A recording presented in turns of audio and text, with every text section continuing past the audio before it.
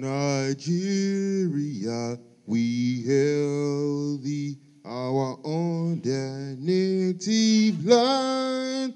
The federal government, AIDS Healthcare Foundation, AHF Nigeria, and other stakeholders have advocated the strengthening of Comprehensive Sexuality Education, CSE, to enhance health outcomes and protection from sexually transmitted infections and violence. They made the call at an event organized by AHF Nigeria to commemorate the 2024 International Day of the African Child in Abuja. Kemi Gbedemosi, Director of Policy, Advocacy and Marketing, AHF Africa Bureau, spoke on infection rates of diseases. Research tells us that access to age-appropriate comprehensive sexuality education helps to reduce HIV infections, helps to reduce teenage pregnancies, helps to delay even when young people begin to have sex. It also helps to address issues such as gender-based violence and promoting gender equality. Now, CSE is very critical for us because contrary to the popular opinion, a lot of parents, leaders, they say CSE is promoting promiscuity. But research tells us otherwise. Research tells us that, in fact, when young people have access to age-appropriate CSE, it even stops them from being promiscuous. It protects them because it builds their self-esteem. They're able to make better decisions. They're able to make more informed choices, such as saying, you know what, I don't want to have sex until I'm ready.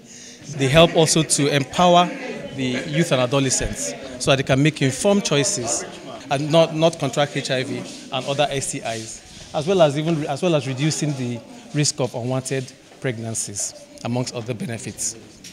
Mrs. Mariam Shuaibu, Assistant Director, Child Development, Federal Ministry of Women Affairs, pledged to collaborate with the foundation.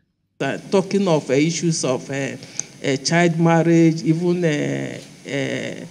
HIV/AIDS and all this, these are very, very issues that the Federal Ministry of Women Affairs is advocating about, and we are happy that is the project of AIDS Healthcare. So we use this opportunity to call on AIDS Healthcare that will work with you.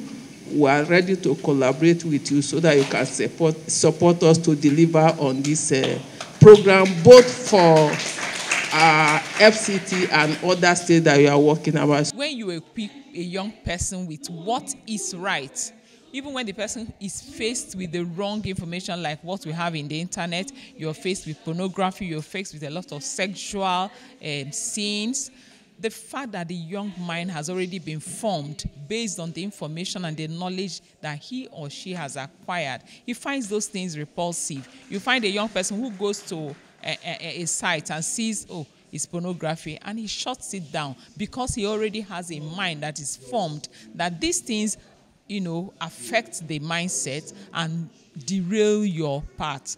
Ms. Isabel Anani, Stand With a Girl Initiative and UNICEF Young Influencer, advised against peer pressure. It's very important now that we've had these conversations with influential people and change makers. And what I'll say to young people out like me is, you shouldn't ever feel the need to be peer pressured to do something, because it's a recurring trend, especially now when you see things happen, you want to follow the crowd. But then other youth groups and schools present were educated on sexual and reproductive health.